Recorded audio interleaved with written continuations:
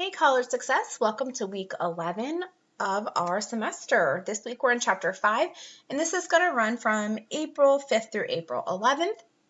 You can see as we're in the week 11 folder here, you have two assignments. You Be the Judge and a college resource reflection. So I'm going to talk about both of those after I have gone over the actual content of chapter 5. So in our materials folder, as normal, there's our outcomes and our chapter slides. So I'm going to pull that up. All right, so Chapter 5 is about demonstrating knowledge and skills. So I'm going to go down to where this starts, and it's going to talk about, first of all, the purpose of academic tasks. So what's the purpose? And it's kind of like the why behind assessments and assignments. So essentially, every class has its own outcomes. So the course level outcomes, they're on your syllabus. They're probably talked about throughout the semester. They might not always use the word outcomes, but it'll be like goals or objectives, standards of learning, things like that. And then every program has outcomes. So you have like the course level, the program level, and ultimately leading to your degree. And so that's kind of why, because you need to monitor if you're learning what you're supposed to be learning.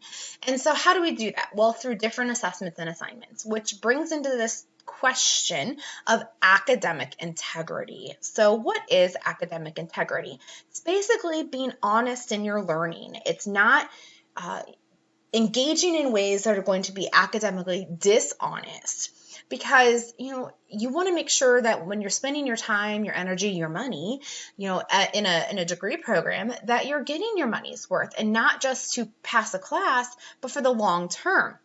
And it does matter, because if you're kind of basically cheating your way through, how is that going to help you in your actual field? So different kinds of academic dishonesty. There's plagiarism, where you're presenting someone else's work as your own. That could be, maybe you've copied and pasted into a document, from the website. Maybe you've simply just put your name on someone else's paper. You can also plagiarize off yourself. So what do I mean by that? Let's say you took cultural diversity in the fall, you're taking sociology right now, and you have an assignment, a paper in sociology that you're like, whoa, I just basically wrote on that in cultural diversity. I'm just going to use the same paper. That is plagiarism. You would not be able to do that. What you could do is talk to your sociology professor and say, hey, here's what I did in my cultural diversity class. Is there a way for me to build on this or to incorporate some of this somehow? Having that conversation. And that would be up to that instructor to say, yeah, let's go ahead and see how we can, edit or manage it. Or no, I need you to, do a new paper. So you have to be very mindful of that as well. There's also then cheating, which is engaging in anything that's going to give you or someone else an unfair advantage. So that could mean, you're taking a class with a professor on Mondays and Wednesdays. Your friend has the same professor, same class on Tuesdays and Thursdays. You could take the test on Monday and tell them, oh, hey, really study this part right here, because they asked a lot of questions on this, topic. That's technically cheating, although some of us have probably done that and not even thought anything of it. But what you're doing is you're giving someone an unfair advantage. And then, of course, cheating, the obvious ways, like bringing in a cheat sheet when you're not supposed to, using resources you're not allowed to, looking off of someone else's paper. So those are all, ways of being academically dishonest. And in your, I'm gonna bounce for a second here. In your week 11 assignment folder, one of the assignments has this academic learning policy that you'll open up into a PDF, and it's going to go into more definitions of what those things are. Like, here's plagiarism, here's some examples of it. Here's cheating, here's some examples of it. And then it's even going to talk about more that you may not even thought of. Fabrication and falsification, where you're like either completely inventing new information or you're changing information. Facilitating academic dishonesty, maybe you let someone cheat off you, or you let them, you wrote the paper for them. So there are different ways of being academically dishonest, and they're in this document as well, which we'll get back to here shortly. It's just a good time for me to bring that up. So how do we make sure we are academically honest? Well, first, just knowing what plagiarism and cheating means. If you know what it means, you can start to look out for it to make sure you avoid doing those things. Make sure learning is your goal. If your only focus is, I just need an A, and you're willing to do whatever to get an A, honest or dishonest, then learning probably isn't your goal. Make sure that learning long-term to comprehend and then later apply is your goal. Prepare, that's the rule number one for doing well, for combating anxiety, preparing, which also means you need to make sure your time management is put into place and you have a schedule set up for that.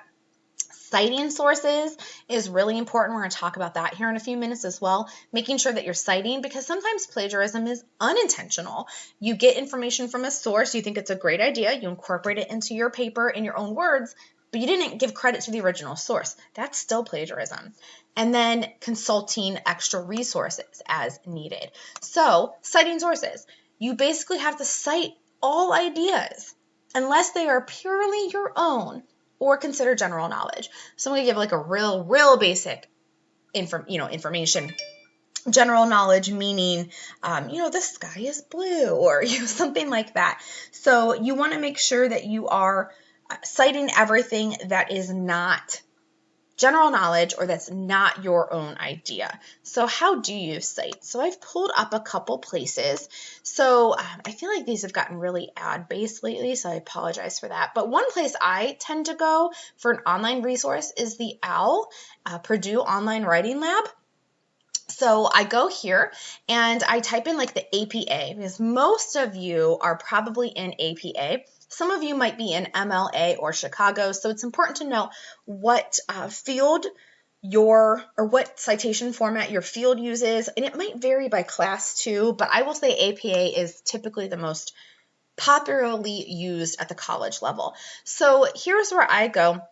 The APA, and this is, again, a nice reference. So if I wanted to know, like, how am I supposed to cite things? This is going to go through, like, a really general format. Like, here are some guidelines.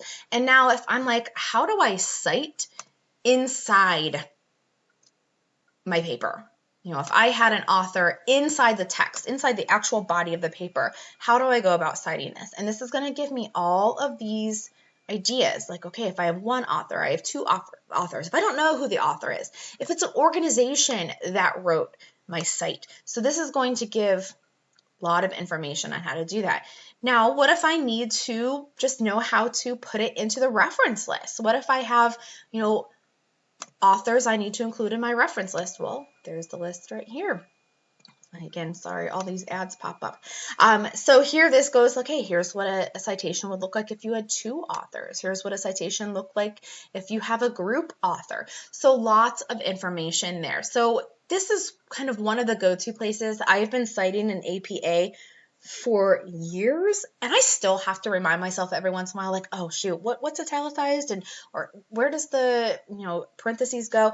I have to just remind myself every once in a while, especially if I haven't done it for maybe a month or two and I need to just real quickly give myself that refresher. I like this site for that purpose.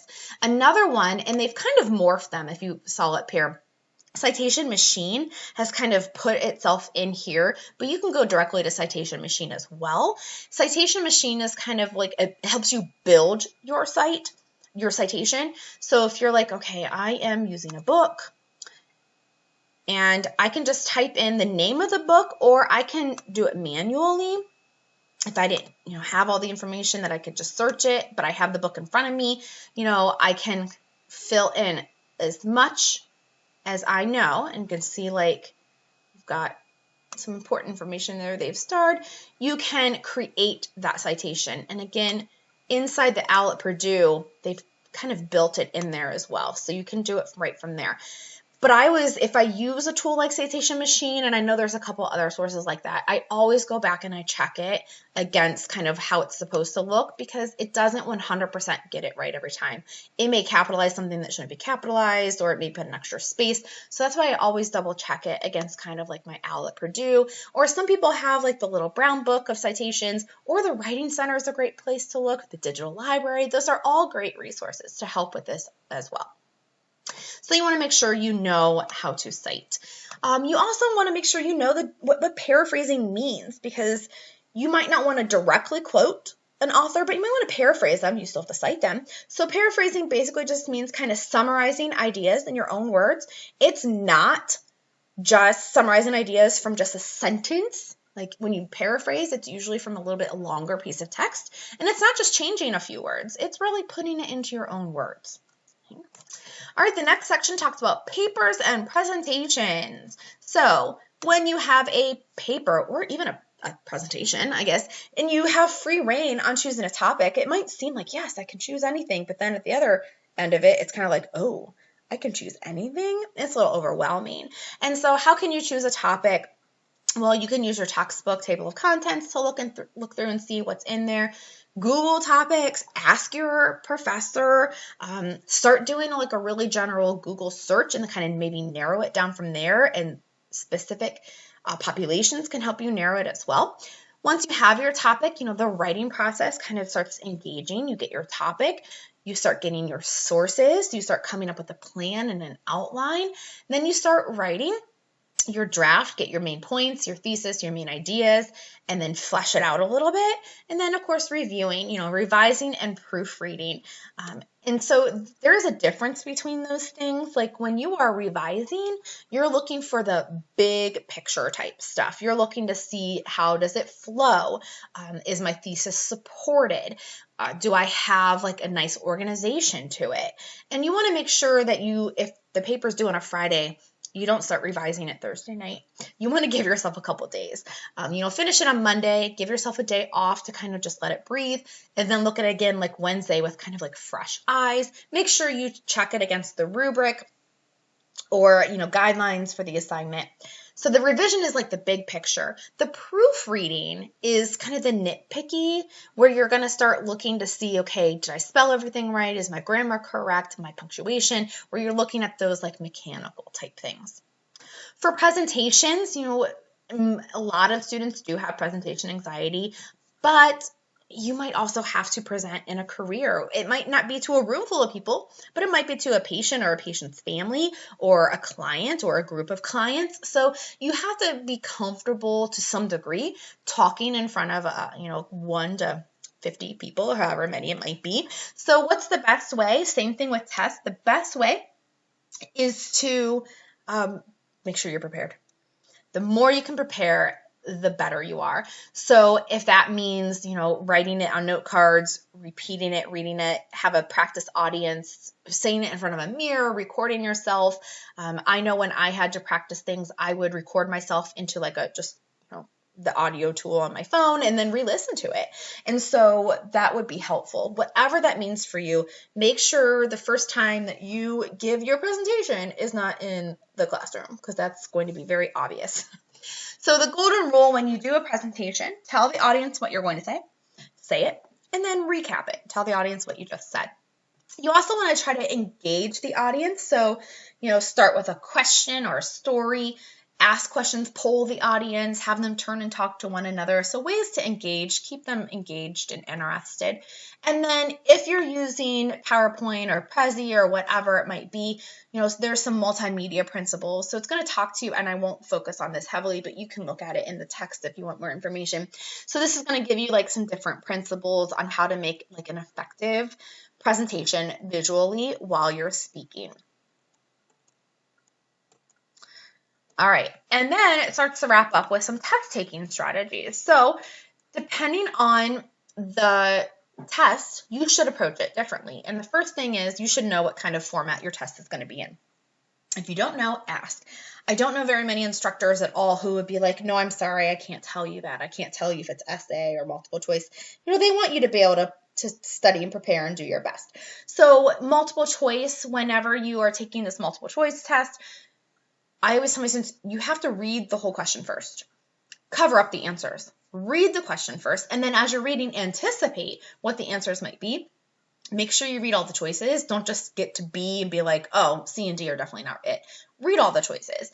Eliminate the wrong answers. There's usually at least 1 or 2 that are very obviously not correct. Skip the difficult questions. Do the ones you know first, because that can help build confidence and then allow you time at the end to focus on the ones that are tricky. Write on the exam and only change your answer if you have a good reason. There's been a lot of research on this. More often, we change right answers to wrong answers. So only change if you are very, very certain that, you know what, I did not get that question right because, and maybe you have some kind of proof later on in the test, then change it. Short answer and essay exams, these can be prepared in kind of in a similar way. If you know that this is how it's going to be, I would practice writing your answers before the test. Like if you know in general what the questions might look like, practice writing your answers ahead of time. Plan it, organize it, come up with an outline. When you get to the actual test, treat it like a paper. Treat it like you are going to write a paper. Read everything carefully, do an opening, a body, and an end. Proofread, make sure you've addressed all parts of the question. And then there's the take-home and online exams. There are good and bad to both. You have a little bit more time. You might have more access to resources. But, with take-home, the instructor might grade it more critically because you had more time. Online exams, you might run into tech issues, so you want to get it done sooner than later. And you want to make sure that you're not being tempted to be academically dishonest because you're at home or on the computer. So that